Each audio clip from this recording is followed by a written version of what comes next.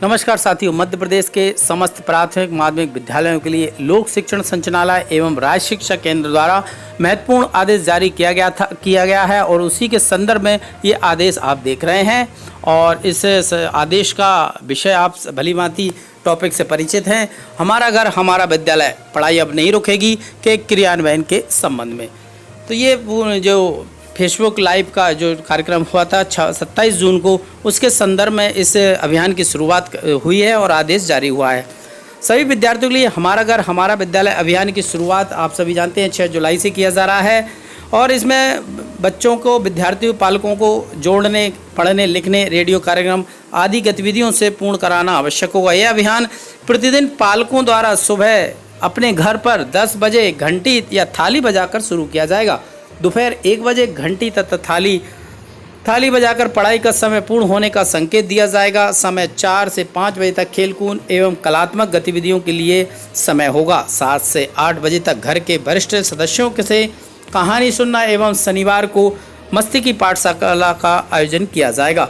WhatsApp के माध्यम से डिजिलैम्प यानी डिजिटल लर्निंग अनाउंसमेंट प्रोग्राम चल ही रहा है। रेडियो के माध्यम से रेडियो के स्कूल पिछले साल की दक्षता उन्नयन वर्कबुक का विवरण, शिक्षकों द्वारा बच्चों को प्रतिदिन फ़ोन से संपर्क करना और उसकी पढ़ाई में सहयोग करना। आगे है, पिछले 3 महीनों में डिजिलैम्प पर भोपाल से की अच्छी प्रगति। ऐसा देखा गया है कि 256 में से अब हमारे पास ये, हालांकि ये केवल हम बता रहे हैं, ये भोपाल जिला शिक्षा अधिकारी द्वारा जारी किया गया आदेश, उसके संदर्भ में यहाँ ब्यौरा या लेटर आप देख रहे हैं। आपको अपने ज़िले में भी जल्दी ही या मिल गया होगा, ऐसा आदेश जल्दी आप तक पहुँच जाएगा। तो कुल मिला के 6 तारीख से जो अभियान शुरू होने जा रहा है कि पालक सुबह 10 बजे घंटी या थाली बजाकर इस अभियान की शुरुआत करेंगे और 1 बजे विद्यालय समाप्त होने पर भी घंटी या थाली बजाएंगे। इसका मतलब है कि अब आपका घर ही आपका विद्यालय है। यहाँ पर आप घंटी बजाकर अपने घर को, एक कक्ष को विद्यालय बनाएंगे, ऐसा निर्देश हुआ है।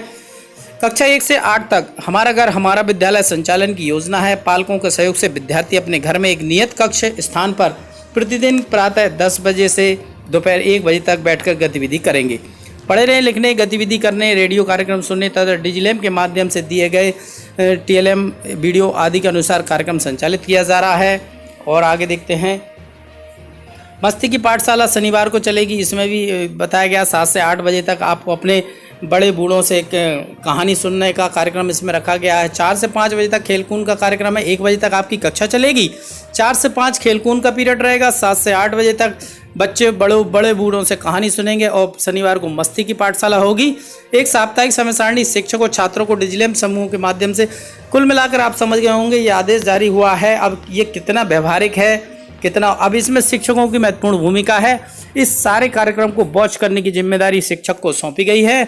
ऐसा नहीं हो केवल आदेश आया और गया और कागजों में खाना पूर्ति हो जाए। पालक इसका संचालन कर रहे हैं कि नहीं? घंटी जो अभियान चलने जा रहा है 6 जुलाई से, क्या पालक इसका क्रियान्वयन कर रहे हैं क्या?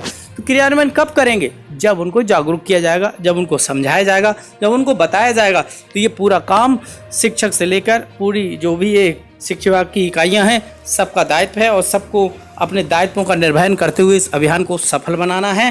ये संपूर्ण निर्देश यहाँ पर दिए गए हैं और शिक्षक की जिम्मेदारी देख ली। और भी आपको बता देते हैं क्या लिखा हुआ लिखित रूप में। हर सप्ताह ये सुनिश्चित करना कि प्रत्येक बच्चे को साप्ताहिक अध्ययन योजना प्राप्त हो गई है। इस योजना में पर्याप्त खाली दिन, संशोधन दिवस होंगे, जहाँ आप यह सुनिश्चित कर सकते हैं कि जिन छात्रों को अधिक समय और समर्थन की आवश्यकता है वैसे प्राप्त करें। उन लोगों को अतिरिक्त काम दें जो नामित सामग्री को तेज से पूरा करने में सक्षम हो। प्रतिदिन अपने विद्यालय में कम से कम 5 विद्यार्थियों से मोबाइल के माध्यम से चर्चा कर शिक्षण प्रक्रिया की जानकारी प्राप्त कर आवश्यक सुझाव दें एवं रिकॉर्ड संधारित करें। प्रतिदिन विद्यालय समय में गांव, शहर के मोहल्ले, वार्ड क्षेत्र में कम से कम 5 बच्चों के घर घर जाकर संपर्क अभियान के रूप में हमारा घर हमारा विद्यालय के कार्य का अवलोकन कर एवं बच्चे के अभ्यास कार्य, दक्षता उन्नयन, वर्कशीट, हिंदी, अंग्रेजी लेखन और मौखिक गणित का अवलोकन करने और फीडबैक देंगे। अवलोकन के समय बच्चों से उनकी समस्याएं पूछेंगे और उनका समाधान कर नियमित अभ्यास हेतु प्रेरित करेंगे। तो आप देखा दोस्तों, शिक्षक का यह दायित्व है कि प्रतिदिन वह 5 लोगों से संपर्क करेगा और उसका अध्ययन करेगा कि कहाँ कितने कमी है, कहाँ पर इसकी आवश्यकता है और जोर देने की, कहाँ कैसा चल रहा है, ये पूरा फीडबैक शिक्षक लेंगे। अब और इकाइयों का क्या काम है? एपीसी, बीआरसी, बीएससी, जन शिक्षा केंद्र प्रभारी और जन शिक्षक सीएससी की जिम्मेदारी क्या है? हमारा घर हमारा विद्यालय अभियान की मॉनिटरिंग के लिए समस्त मॉनिटरिंग जिम्मेदार होंगे और सुनिश्चित करेंगे कि अधिक से अधिक बच्चों का साप्ताहिक समय सारणी पहुंच रही है या बच्चों को उसका लाभ उठा रहे हैं। प्रतिदिन अपने ब्लॉक व संकुल जन शिक्षा केंद्र के शिक्षकों को चर्चा कर उनसे हमारा घर हमारा विद्यालय अभियान की क्रियान्वयन की जानकारी लेंगे। प्रतिदिन गांव शहर के एक मोहल्ले वार्ड क्षेत्र में कम से कम 5 अभिभावकों से चर्चा कर उन्हें हमारा इस योजना अभियान के बारे में अवगत कराएंगे और बच्चों को उनके अनुसार गतिविधि कराने हेतु प्रेरित करेंगे। यदि कोई भी शिक्षक या वह अपने कार्यक्रम की सहायता के लिए आते हैं तो कृपया उनकी चिंताओं को हल करने में उनकी मदद करेंगे। प्रधान अध्यापक के क्या कार्य होंगे, क्या जिम्मेदारी है?